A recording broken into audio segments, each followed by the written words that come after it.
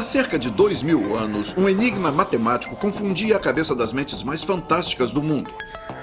Era um tipo de problema que necessitava de matemáticos corajosos o suficiente para enfrentá-lo. Alguns entraram em desespero, outros ficaram muito bravos e alguns tentaram até o suicídio, sendo ainda esse o mistério que fez parte da vitória britânica sobre o nazismo alemão, que foi fundamental para a invenção do computador e que lançou luz sobre o comportamento dos átomos.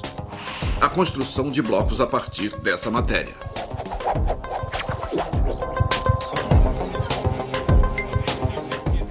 Atualmente, todo o mundo financeiro depende dessa ciência impenetrável. Uma única solução poderia colocar esse mundo financeiro de joelhos. Não é de admirar que ofereçam um prêmio de $1 milhão a qualquer um que conseguir quebrar esse sistema.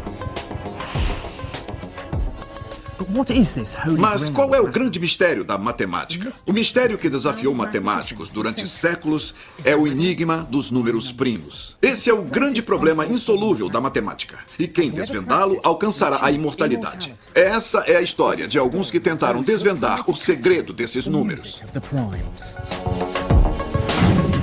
A história dos números primos. São 7 horas em uma terça-feira. Como tudo começou. Distribuição sinapse.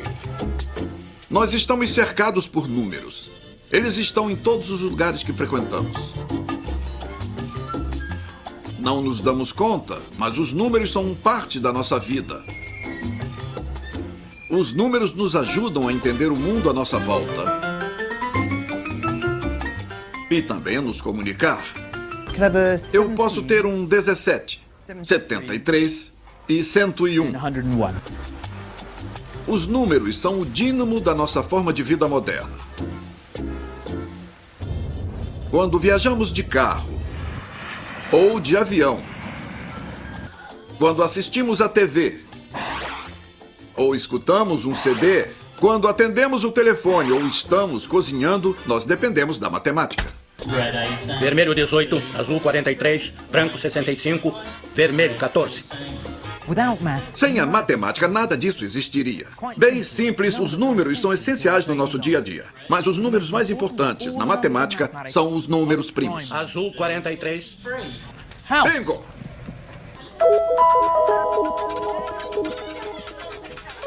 Mas o que são números primos? E por que eles são tão importantes? Bem, toda criança aprende coisas básicas sobre os números primos. Um número primo É aquele que só é divisível por ele mesmo e por um. Mas o que uma criança não aprende é o porquê esses números indivisíveis são tão importantes.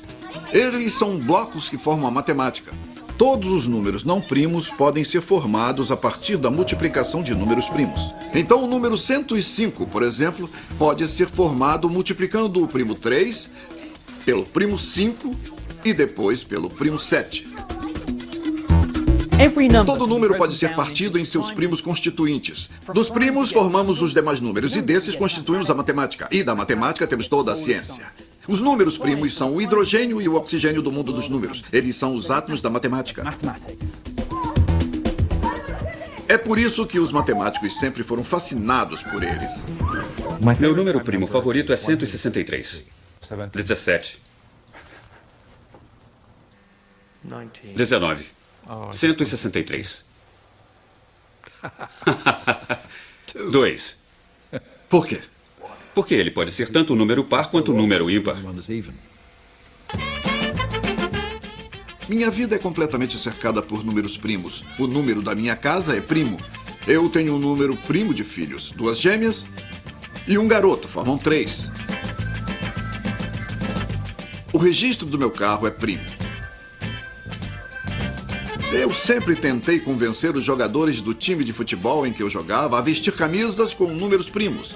Então nós fizemos do número 2 ao 41 e desde então os resultados têm sido extraordinários. Nós rapidamente fomos para o topo da liga. Simples assim, para os matemáticos, os números primos são o cerne da questão.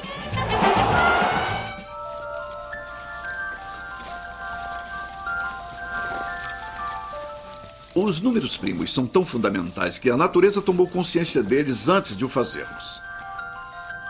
Nas florestas da América do Norte, há espécies de cigarras que usam os números primários na luta pela sobrevivência e evolução. Por 17 anos, esses insetos vivem abaixo do solo, não fazendo nada mais do que se alimentar de raízes de árvores. Então, depois de 17 anos de silêncio, eles emergem na floresta para uma festa de 6 semanas. O som que eles fazem é tão alto que leva o local à loucura. As cigarras comem, se reproduzem, põem ovos e depois de 6 semanas, elas morrem. A floresta cai em silêncio por mais 17 anos. Mas por que as cigarras decidem ficar 17 anos abaixo do solo? Parece que elas costumavam contar com a presença de um predador que gostava de acabar com a festa. Agora, o predador também resolveu aparecer na floresta periodicamente. Elas descobriram que se escolhessem um número primo para reger seu ciclo de vida, elas poderiam desviar-se do ciclo daquele predador por um período de tempo maior. Os números primos são a chave da sobrevivência daquela espécie. Depois, o homem também adquiriu habilidade para aumentar suas chances de sobrevivência. Tendo em face um grande período de escassez, a decisão de lutar ou partir depende de uma rápida avaliação de números.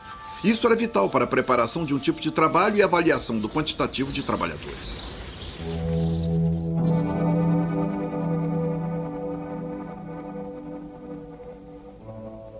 Os primeiros a realmente entender a importância dos números primos foram os gregos antigos. Eles planejaram a base do que os matemáticos construíram desde então. É claro que os gregos pensavam que os números estavam por toda parte. Números são tudo. Com certeza era o lema de Pitágoras. Os gregos também entenderam. Isto significa que compreenderam a ideia de multiplicar números e entenderam que havia números que não podiam ser divididos por outros, que são os números primos, aqueles que são indivisíveis. As bibliotecas e academias da Grécia Antiga começaram a encher-se de tabelas gravadas com números primos. Talvez alguns matemáticos da Grécia Antiga achassem que poderiam eternizar seus nomes ao escreverem todos os números primos em uma mesma tabela. Mas por volta do ano 300 depois de Cristo, Euclides, o primeiro gênio da matemática, descobriu que isso era impossível. Ele explicou que qualquer pessoa que tentasse escrever todos os números primos iria ficar contando para sempre. Ele provou, sem nenhuma dúvida, que há um número infinito de números primos. E ele fez isso através de uma ingênua e lógica razão matemática.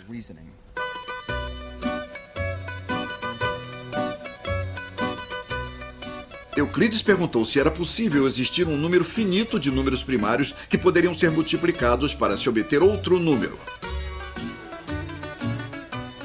Então ele pegou a lista dos números primos 2, 3 e 5. Todos os números não poderiam ser obtidos através da multiplicação de diferentes combinações de 2, 3 e 5. Euclides inventou uma maneira de obter um número que nunca seria capturado por esses 3 números primos. Ele começou multiplicando sua lista de números, que tinha como resultado. Depois, e esse foi o seu ato de gênio, ele adicionou uma unidade ao número, tendo 31 como resultado. Nenhum dos números primos 2, 3 e 5 da sua lista poderia dividir esse número de forma exata. Sempre sobraria uma unidade de resto. Agora Euclides já sabia que todo número poderia ser obtido através da multiplicação de números primos. Mas e o número 31? Bom, desde que ele não era divisível por 2, 3 nem 5, claro que havia números primos esquecidos da lista. De fato, 31 é um número primo, então Euclides descobriu um dos números esquecidos da lista. Mas se Euclides apenas colocasse esse número na tabela, ele cometeria o mesmo erro. Quanto maior fosse a tabela, ele poderia mostrar que havia números primos esquecidos da lista. Dessa forma, Euclides provou que os números primos eram infinitos.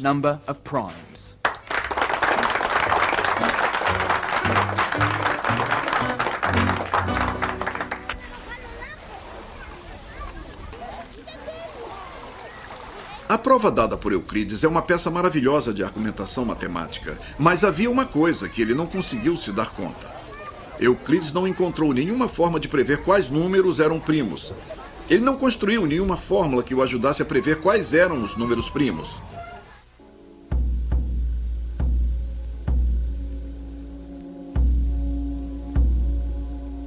Se você imaginar os números postos em uma grande linha reta, a forma como os números primos apareceriam seria completamente desorganizada. Eles apareciam completamente ao acaso. Eles apareciam como números sorteados em uma loteria ou os horários de retorno de ônibus num trânsito tumultuado. A questão é, não há nenhuma ordem para eles?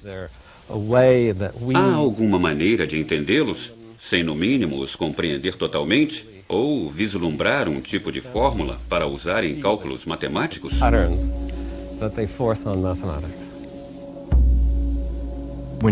Quando você tenta fazer previsões sobre quando um número primo vai se formar ou se deter em fórmulas simples, como a maioria das pessoas faz, você sempre vai estar errado. Assim como a infinidade de estrelas no céu, os números primos aparecem ao acaso pelo universo de números. Alguns aparecem agrupados, outros são arranjados distantes dos outros. Aparentemente, eles não possuem nenhuma fórmula e parecem não ter sentido. E se há alguma coisa pela qual o matemático anseia, são fórmulas e sentido. Todo mundo acha que a matemática se resume a fazer longas divisões por várias partes decimais e adicionar coisas a isso. Mas assim acabam por esquecer a essência do que é ser matemático. Para mim, acima de tudo, um matemático é um grande descobridor. Matemática também pode ser a tentativa de descobrir fórmulas em um caos de números, tentando encontrar a melodia capaz de unir esses números. E de todos os números da matemática, são os primos que oferecem a chance de descobrir fórmulas matemáticas. Esse problema das fórmulas, ou a ausência delas no estudo dos números primos, foi algo que deixou os estudiosos perplexos desde o tempo de Euclides. Sem dúvida, esse foi o problema que esteve na cabeça dos matemáticos desde 2000 anos atrás. E foi apenas por volta do século XVIII que um avanço finalmente aconteceu. Ele foi feito por um garoto alemão de 15 anos de idade, que cresceu para se tornar um dos maiores matemáticos que já existiu. Carl Friedrich Gauss. Gauss iniciou seus estudos pelo interesse na observação das estrelas e apropriadamente estudou astronomia. Uma estrela recém-descoberta, Sirius, tinha desaparecido do céu à noite, escondida pela luz do Sol. Os astrônomos se desesperaram, mas Gauss estudou para descobrir uma fórmula matemática para medir o raio de fuga de Sirius e apontou para os astrônomos onde eles encontrariam a estrela perdida. Com certeza, ela estava lá, onde um cálculo matemático havia previsto. Mas Gauss não era apenas fascinado por estrelas. Os números eram a sua verdadeira paixão. Gauss era muito mais do que um garoto prodígio. Ele calculava, calculava e calculava. Ele dizia que podia calcular algo antes de ler o que era, já que vivia de números, e foi com isso que passou os dias de sua vida. Com 3 anos de idade, Gauss estava corrigindo os cálculos de seu pai.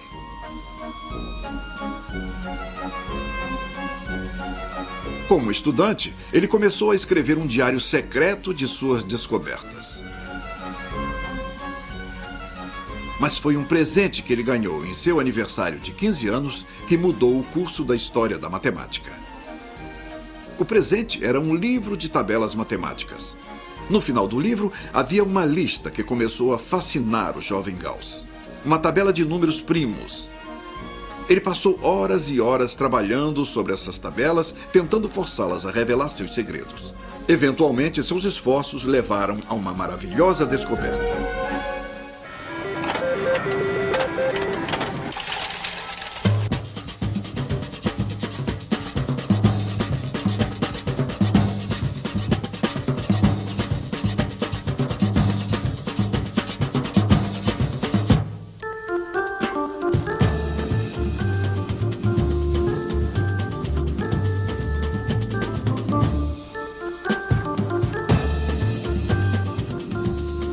Olhando sua tabela de números primos, o jovem Gauss, de 15 anos, concluiu, assim como as gerações de matemáticos antes dele, que não havia nenhuma fórmula para esses números. Nenhuma maneira de prever quando eles apareceriam.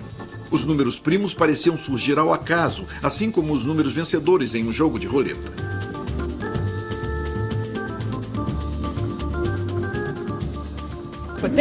Mas então Gauss executou um movimento clássico do arsenal dos matemáticos. Quando as coisas se tornam muito complicadas, comece a tentar descomplicar. Pense no problema de uma nova forma. Faça outra pergunta. Em vez de ficar tentando prever precisamente que números eram primos, Gauss se perguntou sobre quantos números primos existiam.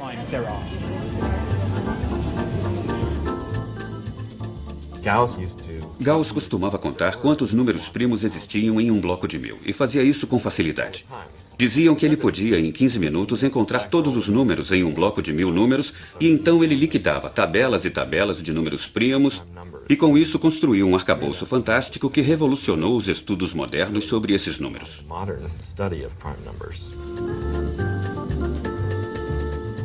Euclides já tinha estabelecido que existia uma infinidade de números primos. E Gauss começou a contar quantos números primos havia até 10, até 100, até 1000 e assim por diante. Assim que ele contava mais e mais, os números primos iam se tornando cada vez mais raros. Mas havia alguma forma de prever como eles iriam acabar? Para Gauss, a forma como os números surgiam ao acaso parecia um lançamento de dados. Mas assim que Gauss contava os números primos, ele se deu conta de que podia calcular a probabilidade de encontrar um número primo. Então, por exemplo, se havia 25 números primos de 1 até 100, isso significa que havia uma chance em 4 de encontrar um número primo. Mas nos números de 1 a 1000, havia apenas uma chance em 6 de encontrar um número primo. Então, talvez se poderia naturalmente escolher um número primo utilizando um número do dado. Mas como Gauss poderia prever o número de lados de um dado se os números primos aumentavam naturalmente? Ao trabalhar a probabilidade dos números primos contando cada vez mais alto, Gauss começou a perceber que uma fórmula estava surgindo. Apesar do acaso do seu aparecimento, uma impressionante regularidade parecia estar surgindo do nada. Cada vez que ele adicionava um zero, Gauss percebia que a proporção de números primos crescia sob a mesma quantidade, de 2 em 2. Então, de 10.000 até 100.000 a 1 milhão, a chance de encontrar um primo baixava para 1 em 8, 1 em 10 e 1 em 12. Então, se eu quero contar os números primos até 10.000, eu preciso usar um dado de 8 lados. Mas, se eu quero contar os números primos até 1 milhão, eu preciso de um dado de 12 lados.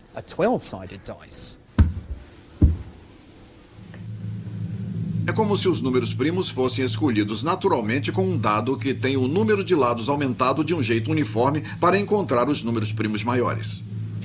Ele descobriu uma ótima regularidade. Assim que os números vão aumentando, os números primos tendem a diminuir. E ele descobriu qual a proporção em que eles diminuem. Quando Gauss colocou o número de primos em um gráfico, eles pareciam estar em uma progressão crescente, algo parecido com uma escada, dando um salto sempre que um novo número era encontrado. Mas ele poderia chegar ainda mais alto. Usando o seu dado de números primos, Gauss podia produzir um segundo gráfico que estimava a queda de números primos até o gráfico encontrar o infinito. Mas em vez de se concentrar nos detalhes de cada salto e queda, o gráfico de Gauss tentava prever a total tendência do gráfico. E Gauss acreditava que o total de números primos também decrescia em uma dada regularidade. Aqui estava a primeira evidência de alguma fórmula para os números primos. As gerações anteriores tinham estudado os números primos um por um, nota por nota, incapazes de compreender a composição deles. Mas olhando a grande figura, Gauss podia capturar o tema dominante da história dos números primários. Gauss sabia que sua questão partia de um cálculo estimativo sobre a quantidade de números primos, mas ele acreditava que esse mistério nunca estaria tão próximo de terminar. No entanto, Gauss não tinha como provar isso. E provas, para um matemático, é tudo.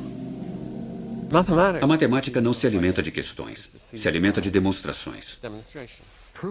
As provas são tudo. É o único lugar do mundo onde podemos ter certeza sobre algo em que podemos realmente acreditar. A beleza da matemática é que, se determina que algo é verdadeiro, é para sempre. E se não é, não há nenhuma significância em termos de ser verdadeiro. Isso não é verdadeiro só porque temos um modelo de mundo que possui verdades eternas. E essa é a atração de muitos pela matemática. Gauss manteve sua descoberta em segredo até um período bem tardio de sua vida. Ele sempre hesitou em publicar suas ideias. E, em vez disso, Gauss as guardava em seu diário secreto. Havia duas razões pelas quais Gauss não publicou seu material. Em primeiro lugar, ele trabalhava como astrônomo, e então o trabalho como matemático era tido como um trabalho secundário. A astronomia era o seu trabalho diário, se é que um astrônomo consegue trabalhar todos os dias. A segunda coisa era que Gauss nunca publicava nada antes de ter a certeza absoluta que aquilo estava perfeito. Nos tempos modernos, com o avanço da maioria dos processos no mundo, as pessoas publicam tudo o que pensam sem se preocupar se aquilo não faz sentido ou se é magnífico. Mas Gauss era extremamente preciso. Um exemplo que posso dar sobre a sua precisão é algo como... Você sabe, ele não poderia apresentar a catedral com os andaimes ainda ao seu redor. E, para ele, suas descobertas ainda não passavam de um andaime. Os resultados que Gauss publicou o colocaram como um dos gigantes da matemática. Os matemáticos são excelentes como heróis e pessoas a serem admiradas. As pessoas costumam dizer que existem estudiosos brilhantes, mas ele está num patamar acima deles. Ele é chamado de príncipe da matemática, e isso, em parte, por causa da qualidade de suas contribuições e parte por causa da amplitude que sua descoberta alcançou. Ele também era físico, se interessava por eletromagnetismo e sobre a forma como o planeta era plano ou curvo, coisas como a sua teoria matemática abstrata. Mas ao envelhecer, Gauss se tornou mais fechado e recluso. Ele se enclausurou no observatório da pequena universidade da cidade de Göttingen. Apesar de adicionar números primos às tabelas desde que tinha 15 anos de idade, agora esses números se recusavam a revelar seus segredos.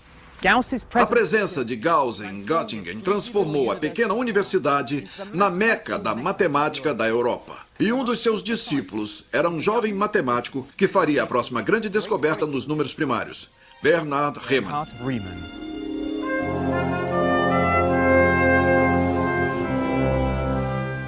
Riemann nasceu em 1826 em Hanover, na Alemanha, filho de um pastor. Sua família era pobre e ele era uma criança bem tímida. Ele não gostava de muito contato com outras pessoas, era bastante fechado. Então ele não tinha como se satisfazer com brincadeiras infantis ou coisas do tipo. O diretor de sua escola notou que ele era um garoto introvertido que possuía habilidades matemáticas extraordinárias. Para encorajá-lo, ele deu a Riemann a liberdade para acessar sua biblioteca e sua fina coleção de livros de matemática. A biblioteca abriu as portas de um mundo novo para Riemann, um lugar onde ele se sentia em casa e sob controle. De repente, lá estava um lugar perfeito, onde podia idealizar um mundo de matemática, onde os números se tornaram seus amigos.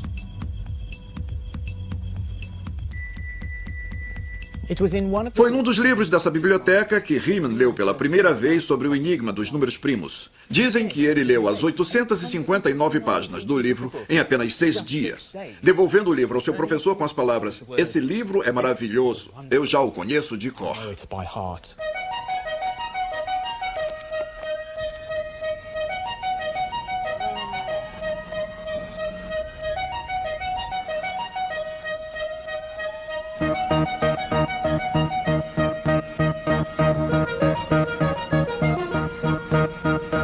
O que Riemann aprendeu lhe rendeu frutos maravilhosos poucos anos depois. Inspirado pela presença de Gauss, Riemann veio em 1846 para a Universidade de Göttingen.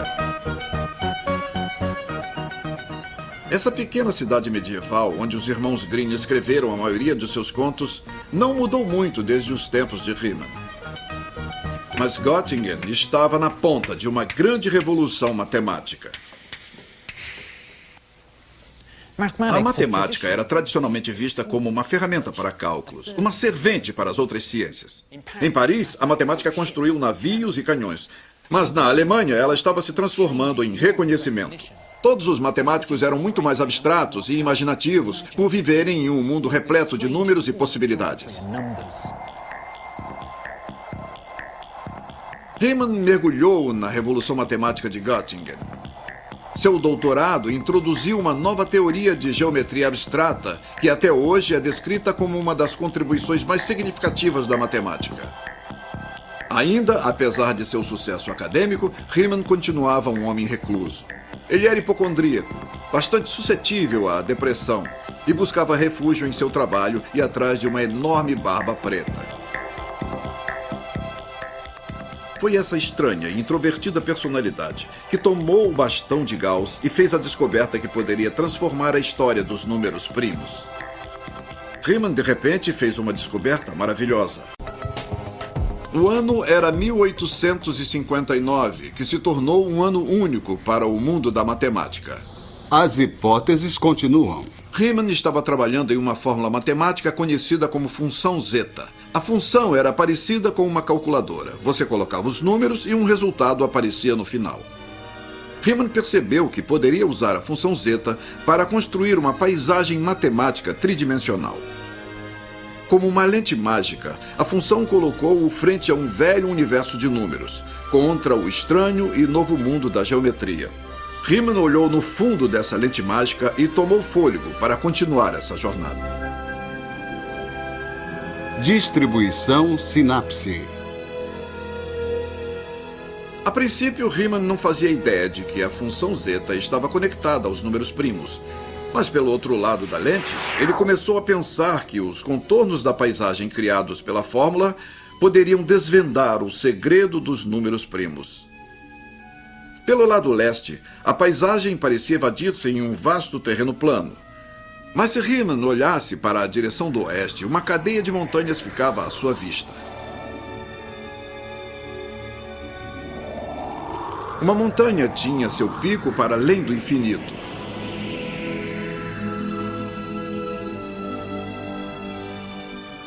Mas não era o pico das montanhas o importante.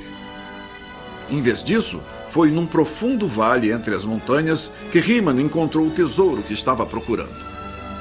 Como peças-chave, a superfície desse gráfico tridimensional caía até o nível do número zero, assim como os pontos ao nível do mar em uma paisagem real. Os matemáticos chamam esses pontos de zeros.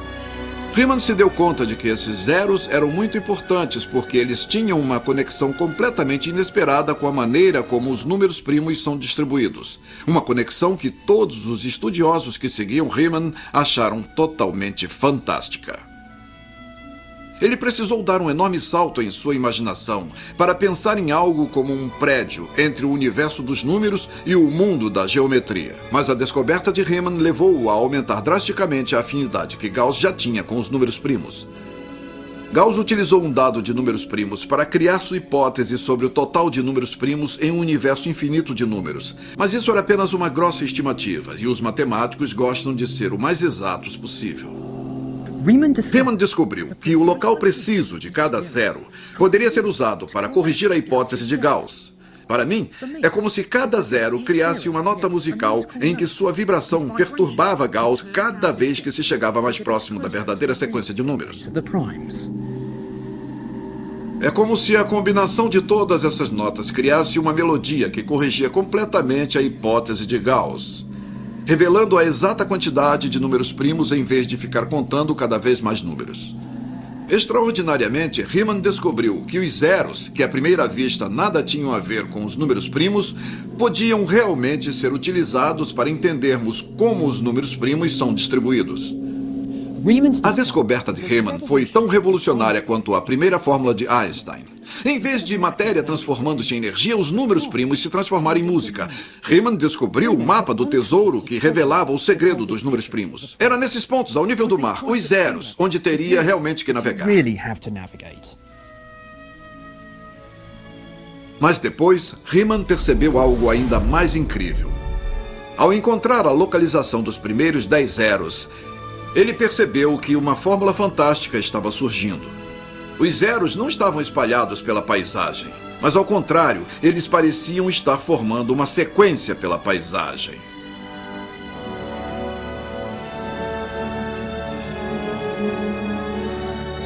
Riemann não podia acreditar que era coincidência que os primeiros 10 zeros estavam nessa linha. Ele propunha que todos os zeros, infinitamente, poderiam estar postos na mesma linha. Essa tal que eu estou falando. Essa conclusão ficou conhecida como a hipótese de Riemann. Mas o que essa fórmula significava para os números primos? Bem, se Riemann estivesse certo sobre os zeros estarem todos na mesma linha, isso significava que a hipótese de Gauss era mais precisa do que ele poderia ter imaginado. Isso implicava pensar que o dado de números primos estava distribuindo os primos precisamente pelo universo infinito de números. Universe of numbers. Isso prova que existe uma certa regularidade quando se observam os números primos, assim como previa a hipótese de Gauss e ainda encontrava os números primos em uma configuração ótica. Isso mostra que eles estão balanceados de uma forma muito correta, a melhor forma possível. For me, Para mim, a descoberta de Riemann é o passo mais importante na história dos números primos. primes. Se todos os zeros estavam na linha, como Riemann propunha, significa que é um balanço delicado vindo de todas as notas emanadas pelos zeros. Mas, se Riemann estivesse errado, e se tivesse um zero fora da linha, haveria uma nota destoando o som da melodia.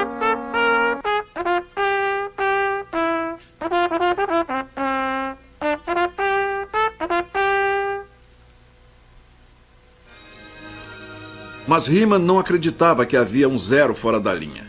Ele estava convencido que quanto mais longe ele viajasse pela paisagem, todos os zeros estariam na linha, dando a entender que a hipótese de Gauss estava muito perto da verdade sobre esses números. O olhar de Riemann transformou completamente nossa perspectiva sobre os números primos. Ele conectava duas partes diferentes da matemática: os zeros da paisagem e os números primos. Encontrar uma conexão inesperada como essas é a maior satisfação que um matemático poderia ter. Isso é o máximo. É fantástico. Eu acho que deve ser a melhor satisfação do mundo fazer uma descoberta como a de Riemann, envolvendo os zeros e os números primos. Conseguir juntar duas partes aparentemente distintas da matemática e concluir que elas significam a mesma coisa. Deve ser a melhor satisfação de trabalho intelectual que alguém poderia esperar. É um momento muito bonito por ser uma surpresa. É um momento excitante porque às vezes você se sente, ahá, e de repente se dá conta que duas coisas diferentes estão relacionadas e lhe dão a solução para um problema que diversos estudiosos da área não conseguiam solucionar. Certamente é uma grande emoção quando você consegue fazer uma conexão desse tipo. Para a maioria dos matemáticos, isso só acontece uma ou duas vezes na vida. Isto é, se for uma pessoa de sorte, tenho que dizer. Mas é um momento maravilhoso, o mais fantástico de todos. Riemann publicou sua descoberta em um escrito de 9 páginas no ano de 1859. Apesar da natureza revolucionária do que ele estava propondo, Riemann era muito experimental, dizendo apenas que todos os zeros estavam em uma mesma linha. O problema crucial era que ele não tinha como provar isso. Mas ainda, apesar dessa falta de provas, a descoberta de Riemann tornou-o famoso e aclamado por todos. Ele foi promovido à cadeira de matemática de Göttingen, a mesma posição que Gauss também havia ocupado. Ele floresceu depois de seu tempo. No início ele era bem calmo, mas depois teve uma vida social bem ativa e parecia gostar disso. Muitos matemáticos são quietos no início de suas vidas e só se abrem ao mundo anos depois. E esse também foi o caso de Riemann. Todo assunto em que ele tocava, ele realmente modificava. Ele era um gênio maravilhoso, diferente de Gauss. De alguma forma, um tipo de mágico. Gauss era como uma influência para a grande maioria dos matemáticos, mas Riemann era, como eu disse, um tipo de mágico. Riemann definitivamente é visto como um dos matemáticos mais importantes. Ele fez descobertas tremendas sobre os números primos, em grande parte porque ele inventou um equipamento matemático que o ajudava a fazer suas descobertas. Ele também fez grandes descobertas na geometria. A teoria geral da relatividade de Einstein é baseada nas descobertas que Riemann havia feito 50 anos atrás, e as suas contribuições são muito importantes até hoje. Mas Riemann não viveu para desfrutar o sucesso de sua nova descoberta. A guerra entre a Prússia e Hanover tomou as ruas de Göttingen. Riemann entrou em pânico e viajou para a Itália, convencido de que seria atingido por tiros. Mas isso o chocou muito. Ele morreu de tuberculose na Itália 3 anos depois. Ele tinha apenas 39 anos. Riemann foi rapidamente reconhecido como um dos grandes matemáticos de todos os tempos. Mas a sua reputação nunca foi tão boa para a governanta que cuidava da sua casa. Faced with the Ao message encontrar os escritos de Riemann espalhados por seu quarto, ela jogava vários de seus escritos ainda não publicados no lixo. Nunca saberemos exatamente o quão perto ele estava de provar sua hipótese. Em vez disso, suas ideias desafiam as futuras gerações de matemáticos. Agora, o sonho de todo matemático é provar que Riemann estava certo sobre a localização dos zeros. the zeros. A hipótese de Riemann é realmente uma questão fundamental, mais do que uma teoria numérica, talvez para toda a matemática. Por que um problema deveria ser importante? Bom, em parte por tentar resolver um problema que busca solução há muito tempo, parte porque é um argumento muito claro e bem explicado, e também porque se relaciona com uma fundamental quantidade de números primos. Isso é incrivelmente importante porque se tornou o ícone de um problema. É como colocar um homem em Marte ou algo do tipo. É um problema que todos querem solucionar. No início do século XX, a hipótese de Riemann se tornou um dos maiores mistérios matemáticos insolúveis do mundo. A busca por provas ainda era algo que frustrava a todos. Mas logo após a Primeira Guerra Mundial, houve uma descoberta dramática. Ela não aconteceu em Göttingen, mas do outro lado da Europa.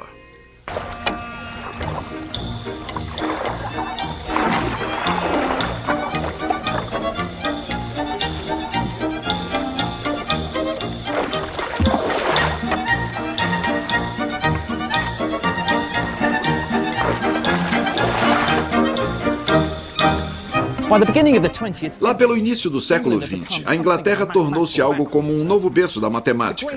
As maiores universidades permaneciam intocáveis à revolução matemática que correu os continentes durante o século XIX. Então foi como uma surpresa encontrar uma nova peça desse quebra-cabeças logo aqui em Cambridge. O homem que acordou a Inglaterra de seu sono matemático chamava-se G.H. Hardy. Ele foi obcecado pelos números primos durante toda a sua vida. Uma vez, Hardy declarou que uma tabela de números primos era melhor que um jogo de futebol para entretê-lo. Mas havia um outro esporte que fascinava Hardy.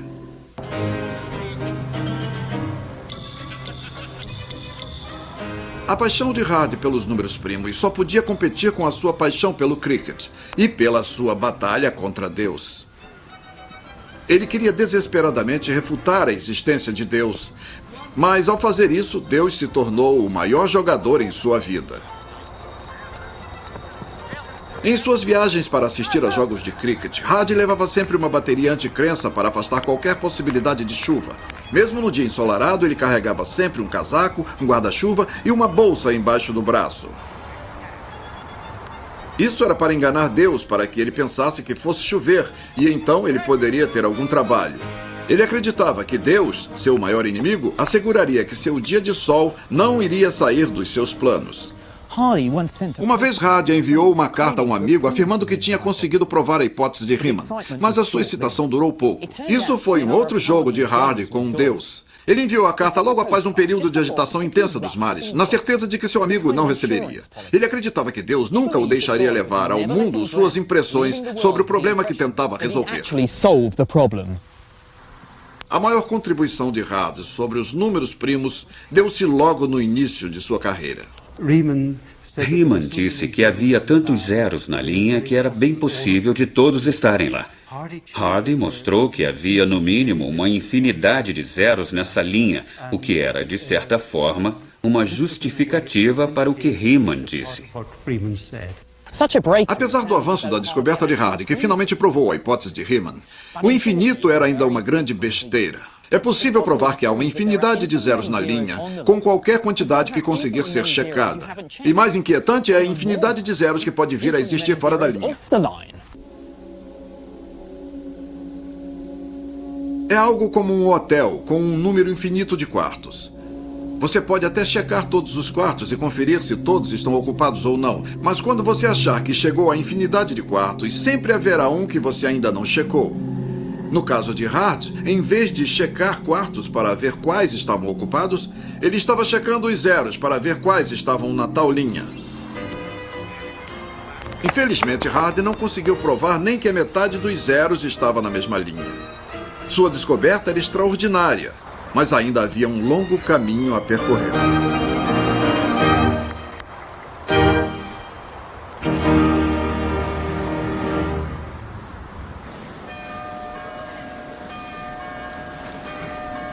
Depois, numa manhã de 1913, uma carta chegou à mesa de Hardy contendo fantásticos teoremas sobre os números primos. O escritor afirmava ter calculado a quantidade de números primos até chegar ao número 100 milhões com nenhuma margem de erro. Se fosse verdade, seria um enorme passo adiante. Hardy simplesmente jogou a carta no lixo, mas a matemática aguçou a sua curiosidade de estudioso. Então, no início da noite, os teoremas começaram a revelar a mágica contida neles. Hardy concluiu que a carta tinha sido escrita por um gênio. Mais intrigante que isso era que a carta tinha vindo do outro lado do mundo.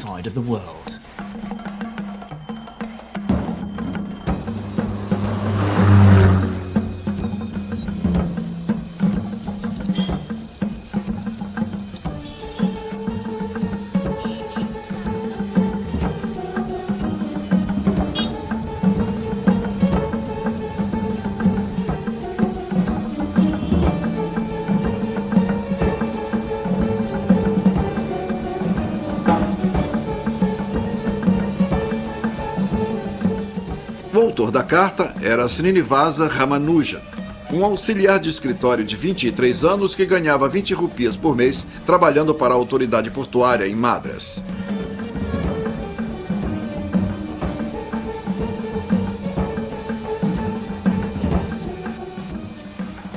Assim como Hardy, Ramanujan era obcecado pelos números primos.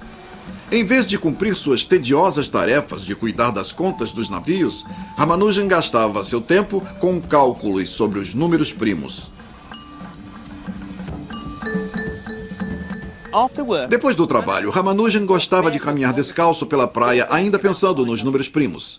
Ainda não havia como saber dos avanços conquistados no outro lado do mundo. E, milagrosamente, ele redescobriu, e sozinho, todos os resultados que Riemann tinha provado 15 anos antes.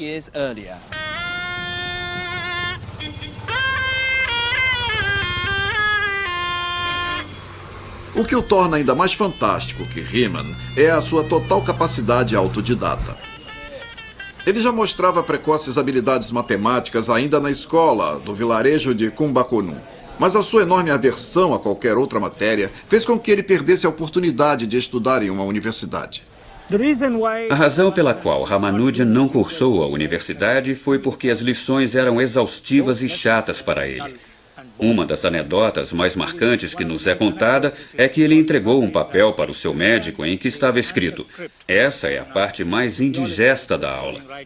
Foi tudo o que ele escreveu. E assim ele devolveu o papel, mostrando não ter nenhum interesse em outros assuntos. Ele estava mergulhado na matemática e ele sabia que estava fazendo matemática de alto nível, perdendo o interesse por outros assuntos. Tendo sido rejeitado pela Universidade de Madras, Ramanujan decidiu aprender por si mesmo. Durante 5 anos, ele ficou na varanda da casa de seus pais, estudando matemática.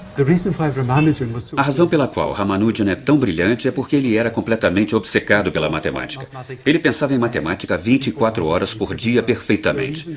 Há histórias de que sua esposa dava comida na sua boca enquanto ele estava estudando, para que ele não parasse seu trabalho.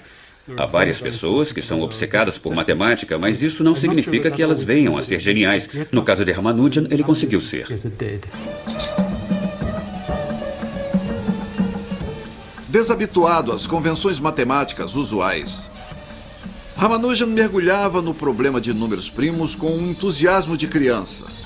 Sua ingenuidade acabou se tornando a sua maior força.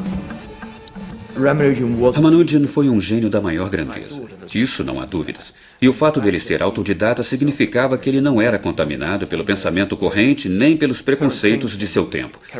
Então ele se atrevia a ir bem mais longe do que as outras pessoas, sem se preocupar se estava certo ou errado. E quando as pessoas seguem suas intuições, elas estão sempre prontas para prová-las.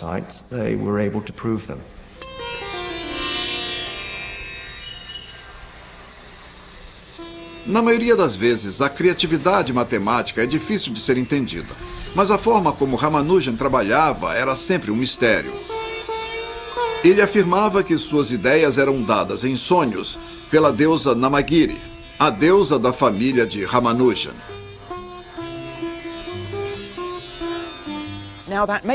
Apesar de soar de forma estranha, a subconsciência empenha um papel importante no processo criativo matemático. Muitas vezes já fui dormir com um problema na cabeça e acordava poucas horas depois com uma solução clara em minha mente. Ramanujan parecia ser um expert em deixar sua subconsciência guiá-lo pelo labirinto da matemática.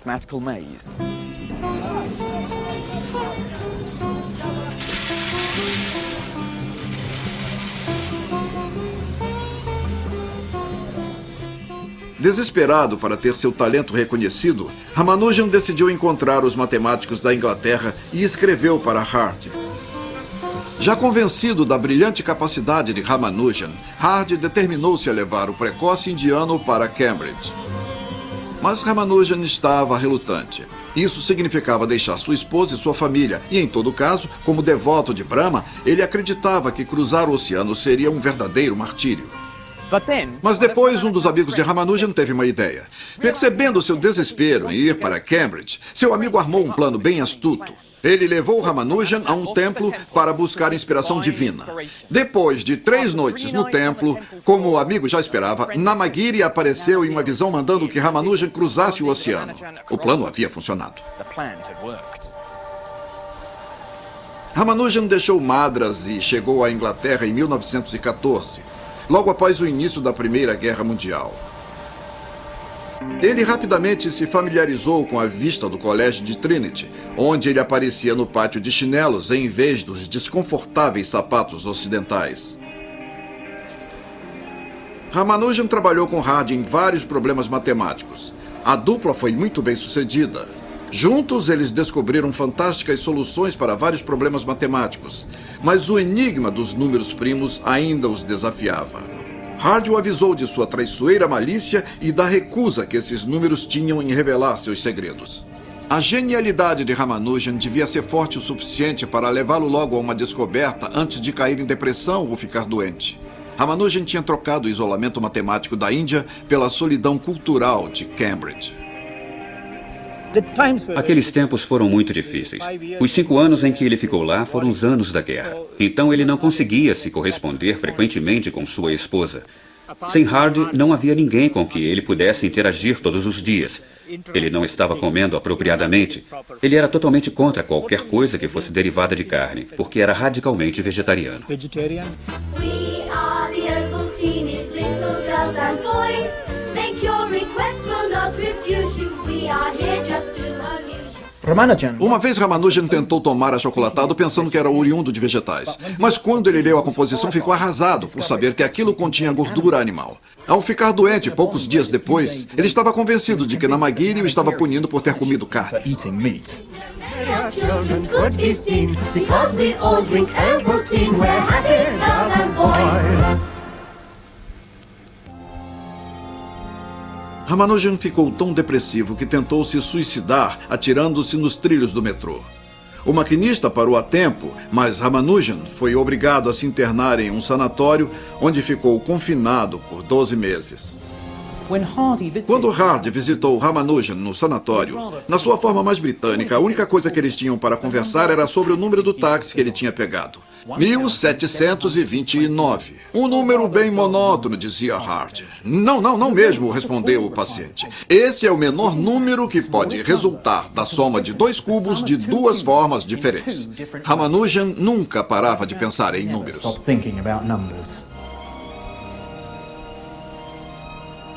Com o fim da Primeira Guerra Mundial, Hardy sugeriu a Ramanujan que ele voltasse para a Índia para um breve período de recuperação.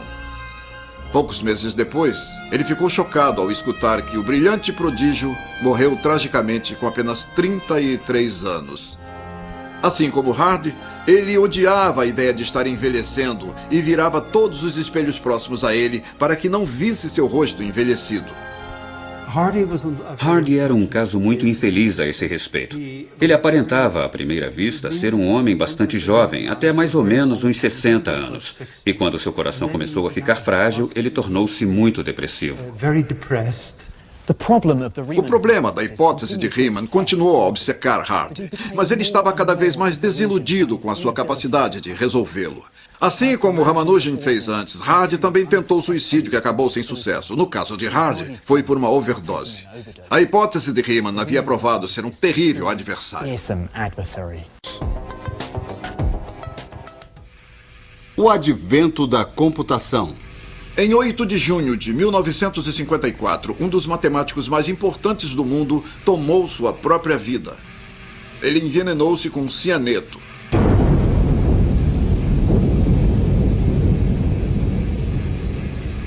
Distribuição sinapse. Esse matemático se chamava Alan Turing. Ele era um polivalente completo. Ele também é chamado de pai da ciência da computação.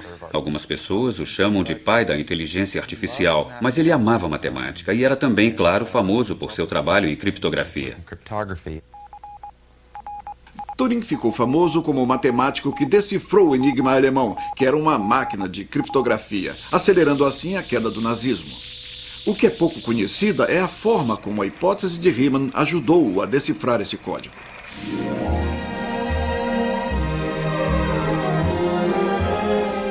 Durante a Segunda Guerra Mundial, um grupo de matemáticos foi mandado para o campo de Bletchley para decodificar as mensagens alemãs que eram interceptadas.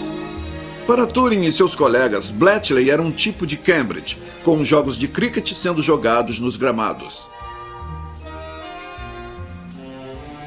A decodificação das mensagens que chegavam todos os dias estava substituindo a diversão de fazer palavras cruzadas de jornal na sala principal de Cambridge. Palavras cruzadas em que vidas dependiam do trabalho deles. Quando não estava ocupado com os códigos, a mente de Turing se voltava para o problema matemático em que ele trabalhava antes do início da guerra. Um problema que lhe foi passado por um de seus tutores em Cambridge, G.H. Hardy. Não era nada mais do que a hipótese de Riemann. Turing lidava com esse problema de uma forma diferente da dos outros matemáticos por dois motivos. Primeiro, ele passou a considerar que havia uma possibilidade teórica da hipótese de Riemann ser totalmente falsa. Segundo, ele buscou provar isso de forma absolutamente revolucionária. E assim, Turing construiu uma máquina. A máquina explorava o gráfico de Riemann, tentando provar que a hipótese era falsa ao procurar zeros que poderiam estar fora da linha. Em 1930, a sala de Turing na Universidade de Cambridge parecia desaparecer sob uma intensa combinação de códigos e engrenagens. Mas a guerra o impossibilitou de continuar seu trabalho. Turing foi mandado para o campo de Bletchley. Embora ele não tenha conseguido terminar seus estudos sobre a hipótese de Riemann, o trabalho feito por ele foi muito importante no auxílio para decifrar códigos dos inimigos. A máquina de Turing provocou um sucesso estrondoso, encurtando a guerra em no mínimo 2 anos e mantendo diversas nações a salvo. Eu penso não ser tão longe da verdade de sugerir que o trabalho de Turing sobre a hipótese de Riemann certamente preparou o caminho para a derrota dos alemães.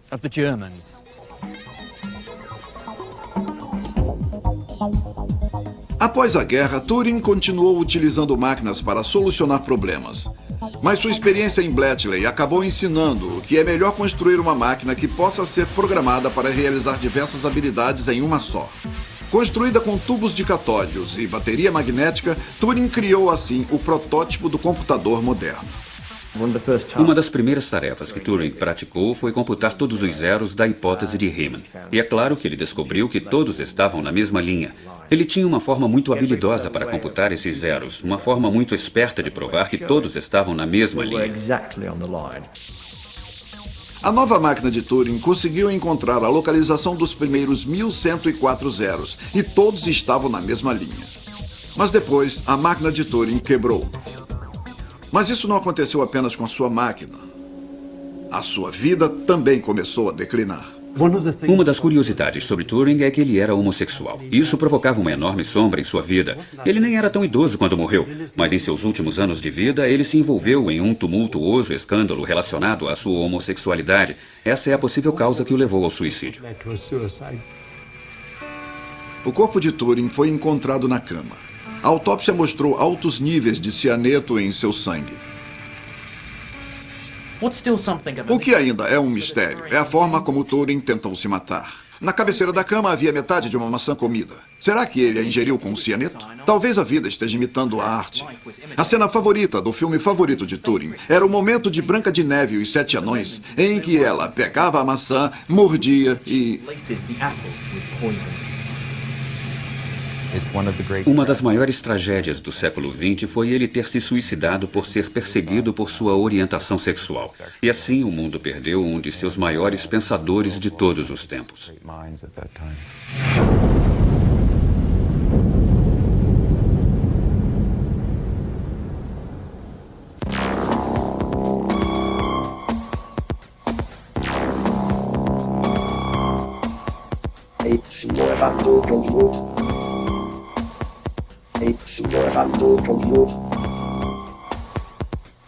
Mas as noções de Turing sobre computadores continuavam vivas.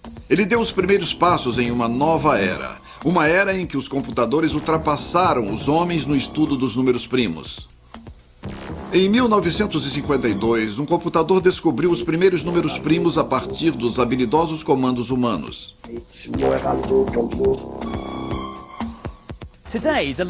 Atualmente, o maior número primo encontrado tem mais de 7.800.000 dígitos. E aqui está ele. Se fôssemos deixar esse número correr, levaríamos 1 semana e meia para vê-lo por completo. Mas fiquem calmos, porque não vou fazer isso. 7.800.000 é pesado. Usamos apenas 100 dígitos para expressar o número de átomos do universo. Isso mostra o quão ridiculamente grande esse número é. Mas é claro, Euclides provou durante todos esses anos que nós sempre teremos um número primo maior do que qualquer computador possa descobrir.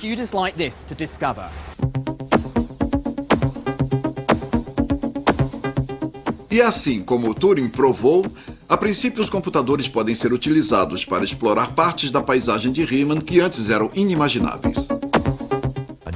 Há apenas um ano foi confirmado que os primeiros 10 trilhões de zeros estavam todos na mesma linha. Pode parecer excessivo fazer tantos cálculos para provar isso, mas de alguma forma essa é a melhor evidência para a hipótese de Riemann, cada vez mais reforçada pelo trabalho dos computadores. Agora a maioria das pessoas aposta na hipótese de Riemann. Não é o caso de 20 anos atrás, quando as pessoas ainda se questionavam se aquilo estava certo. Então, as evidências acumuladas pelos computadores recentes têm, eu acho, convencido a maioria das pessoas sobre a veracidade da hipótese de Riemann.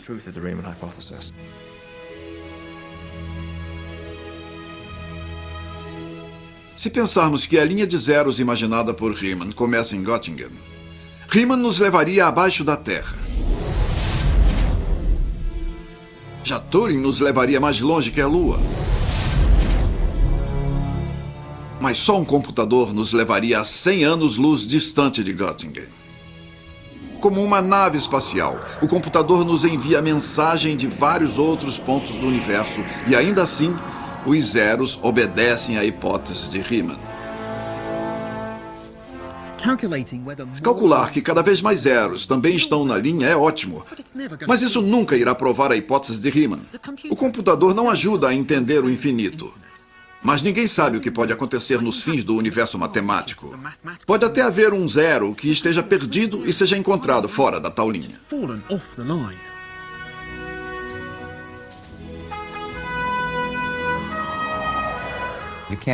Você não pode calcular o número infinito de nada. Essa é a questão.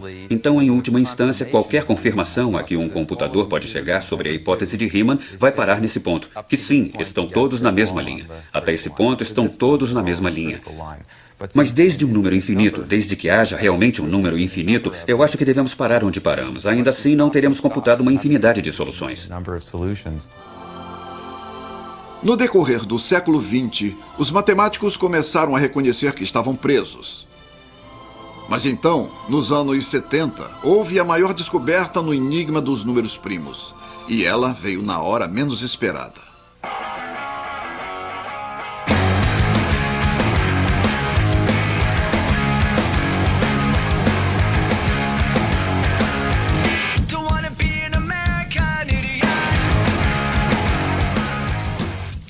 O Instituto de Estudos Avançados de Princeton é um refúgio para os matemáticos e outros cientistas do mundo.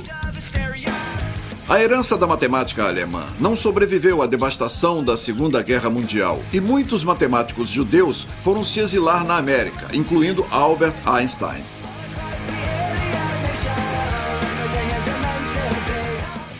Desde a Segunda Guerra Mundial, Princeton se tornou o grande polo matemático do mundo.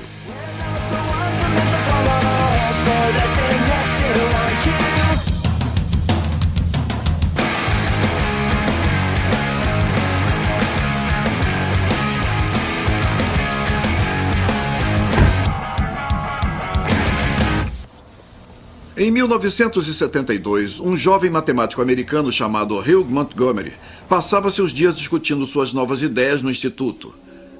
Mas, ao contrário de seus precedentes, Montgomery não decidiu investigar quantos, mas sim como os zeros estavam dispostos sobre a linha de Riemann, e assim fez uma descoberta contundente. O espaço que encontrei tinha relativamente vários pares agrupados. Era como se os zeros estivessem tentando puxar uns aos outros. É como se você enxergasse pequenos espaços entre eles, onde eles se comprimiam e se esticavam, e então você iria perturbá-los empurrando-os para trás e para frente, e percebesse que instantaneamente eles retornavam para seus lugares sem esforço algum, mas você ainda assim continuava a tentar separá-los. Foi observado que os zeros não gostavam de ficar muito próximos uns aos outros. Existia uma certa repulsão entre eles. Então, se os colocar em uma linha, vai perceber que eles acabam organizando a si mesmos. Se tentar apenas organizá-los, vai perceber que eles tendem a ficar agrupados com um grande espaço entre eles. Aquilo era muito interessante e eu senti que continha uma mensagem latente. Mas quando fiz isso pela primeira vez, no outono de 1971, eu me preocupei um pouco porque senti que não estava entendendo que mensagem era aquela.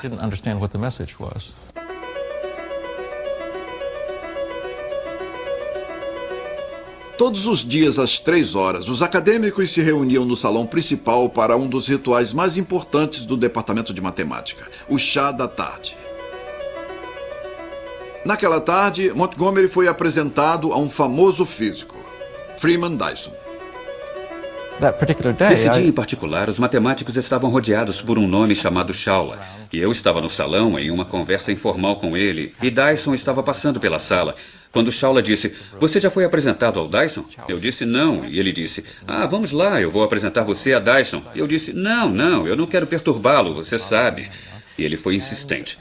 Tem uma coisa sobre Shaula, é que quando ele coloca uma ideia na cabeça, é difícil fazê-lo desistir daquilo. Então Shaula tanto fez que eu fui conhecer Dyson. Ele foi muito educado e me perguntou em que eu estava trabalhando e respondi. Ele reconheceu a densidade que meu estudo continha e como a teoria das matrizes poderia me ajudar. A teoria das matrizes foi estudada pelos físicos para criar um modelo para as estatísticas dos níveis de energia da excitação de partículas. Se você estudar uma ou duas partículas, ou um monte delas, pode dizer exatamente como elas vão interagir. Mas uma vez que você tem milhares de partículas e quer observar como o nível de energia é emitido por essas partículas, você precisa realizar experimentos e tabular esses níveis de energia, tentando identificar que tipo de gráfico pode ser feito a partir das estatísticas desses níveis de energia. Mas o que faz desse monte de técnicas alguma coisa prazerosa? Bem, foi exatamente esse o modelo que os matemáticos começaram a usar para ter um modelo dos níveis de energia de átomos pesados como o urânio.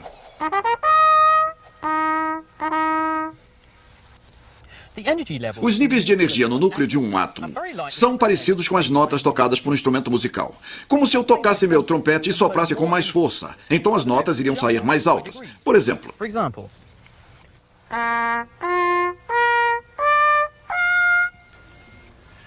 O núcleo de um átomo é bem similar a isso. Ao ficar cada vez mais agitado, as vibrações no interior do núcleo aumentam e aumentam, como as notas no meu trompete.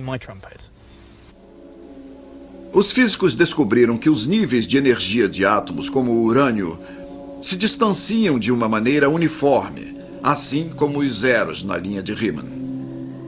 Os níveis de energia se tornam quase regulares, pode-se prever com alguma certeza. E, por exemplo, raramente encontram-se dois próximos. E também há sempre grandes intervalos, com alguma flutuação. Chega a existir uma média de frequência entre eles, mas isso apenas entre as estatísticas, e essas são muito especiais. Há previsões bem concisas de que as moléculas obedecem ao núcleo. E o que foi descoberto por Montgomery, uma fórmula, foi reconhecido por Freeman Dyson como algo similar à obediência que os zeros tinham na fórmula de Riemann. O que Montgomery e Dyson descobriram era que esse comportamento fundamental dos átomos, os blocos básicos da matéria, parecia corresponder diretamente ao comportamento dos números primos, os blocos básicos da matemática. Essa conexão era completamente inesperada, além de introduzir uma nova forma de lidar com a hipótese de Riemann.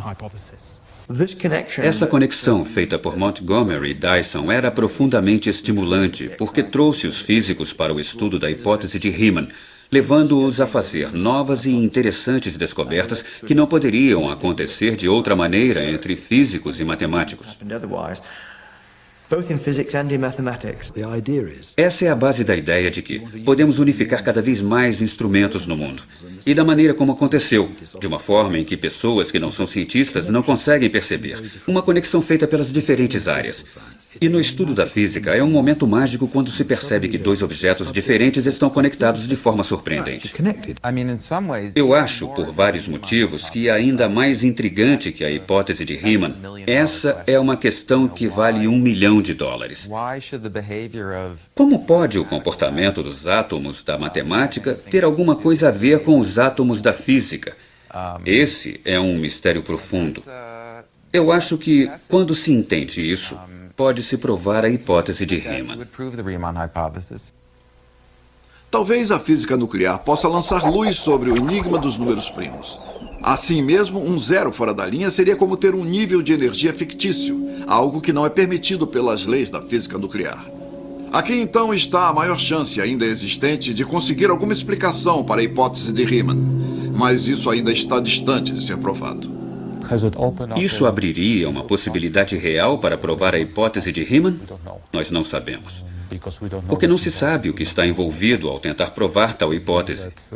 Pode ser que amanhã alguém jogue isso tudo fora e resolva o problema de outra forma, ou então que caia num abismo ainda mais profundo. Isso pode ser apenas uma coincidência que pode nem ser usada produtivamente. Apesar das magníficas descobertas, uma prova da hipótese de Riemann ainda se esquiva dos matemáticos. Os primos continuam guardando seus mistérios. Até algum tempo atrás, os matemáticos provavelmente eram os únicos que se preocupavam com esses números enigmáticos. Mas uma série de eventos levou os primos para um lugar central no mundo intrigante da comunicação eletrônica.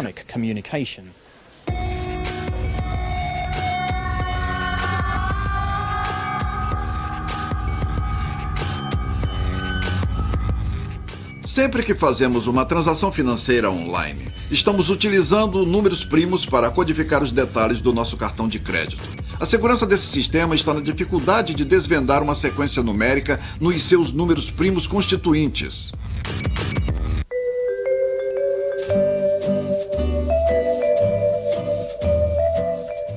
Eu posso mostrar como isso funciona com a ajuda de duas cores de tinta.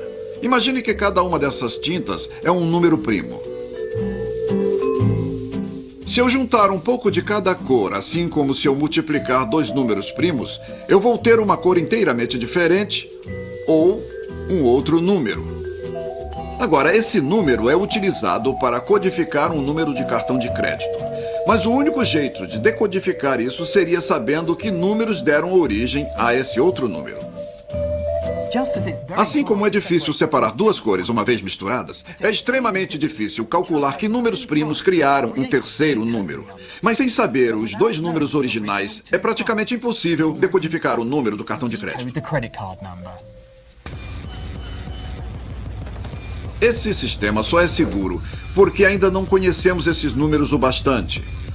Uma prova da hipótese de Riemann poderia nos dizer várias coisas novas sobre o comportamento dos números primos. Talvez sejam até suficientes para nos auxiliar na busca dos primos constitutivos de um grande número. Uma descoberta desse tipo poderia causar o colapso do sistema financeiro. Há uma enormidade de trabalhos desenvolvidos por pessoas que trabalham com sistemas de segurança, tentando desenvolver formas de tornar esses sistemas cada vez mais seguros. E, por outro lado, decifrar falhas nos códigos descobertos por outros. Há uma história sobre um matemático inglês que vivia nos Estados Unidos, chamado Oliver Atkin, que colocou seu dinheiro dentro da Marinha e da Aeronáutica norte-americanas para descobrir o que cada uma delas estava fazendo.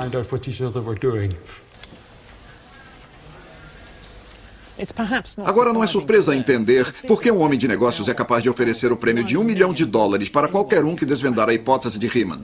Mas os matemáticos não estão interessados no dinheiro. Uma solução para isso teria consequências profundas sobre o rumo de toda a matemática. E é por isso que os matemáticos são capazes de tudo por uma prova.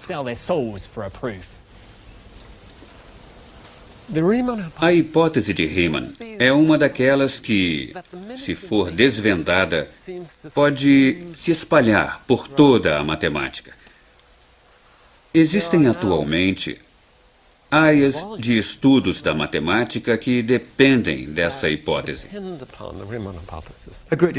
Os matemáticos assumiram um grande consenso de que a hipótese de Riemann é verdadeira. E se ela se tornar falsa, talvez tenham que achar uma outra forma de entrar em consenso, ou então tudo deixaria de estar correto.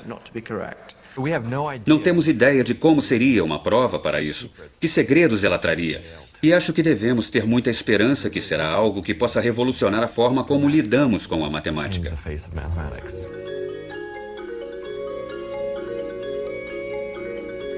Mas será que estamos perto de provar a hipótese de Riemann? Será que estamos tão perto de entender o estranho segredo dos números primos? Será que esse problema será resolvido um dia? Sim, temos que acreditar nisso. Senão, já poderíamos ter desistido. Pois gastar uma vida inteira para provar algo em que não se acredita seria uma tarefa bastante insólita. Se for descoberto um zero fora da linha, eu acho que pararia de trabalhar com a matemática. Realmente, ela não seria a matéria que eu pensava ser. Eu adoraria encontrar pessoas que duvidassem da hipótese de Riemann, mas eu não conheço nenhuma. Eu não tenho total certeza de que ela é correta. Eu acho mais ou menos, com uma pequena possibilidade dela ser falsa. Se a hipótese de Riemann vai ser provada ou não, sou muito cético quanto a isso. Mesmo havendo pessoas como Riemann ou como Hardy e outras que tentassem provar essa hipótese, continuo achando isso muito improvável.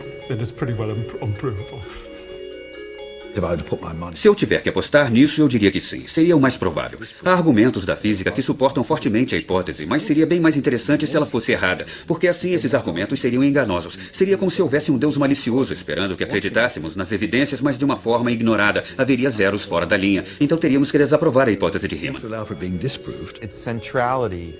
A centralidade disso já passou do argumento. E é por isso que eu acho que um dia alguém vai achar o caminho. Pode ser através da geometria ou através de cartões de crédito, mas acho que alguém vai provar isso. Isso faz parte do mistério e da excitação que envolve o trabalho com a matemática. O de não sabermos algo e de ninguém saber uma solução para algo. A profundidade disso. Acho que mesmo com todos os desenvolvimentos recentes da matemática, sinto que uma solução ainda está muito longe. É como o horário de chegada de ônibus, que pode acontecer a qualquer momento, desde agora até os próximos 100 ou 300 anos, mas eu acredito que seja nos próximos 50 anos. Eu acho que provavelmente vou estar vivo para ver a prova da hipótese de Riemann.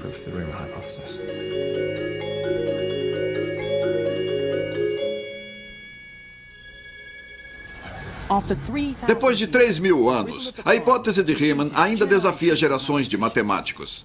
Pessoalmente, acredito que mesmo com essas intrigantes conexões entre a física, a criptografia e a computação, os matemáticos ainda são os únicos próximos a uma solução. Essa ideia pode surgir de qualquer lugar a qualquer momento, mas uma coisa é certa. Qualquer matemático que decifrar a hipótese de Riemann será lembrado eternamente como aquele que desvendou o mistério dos números primos.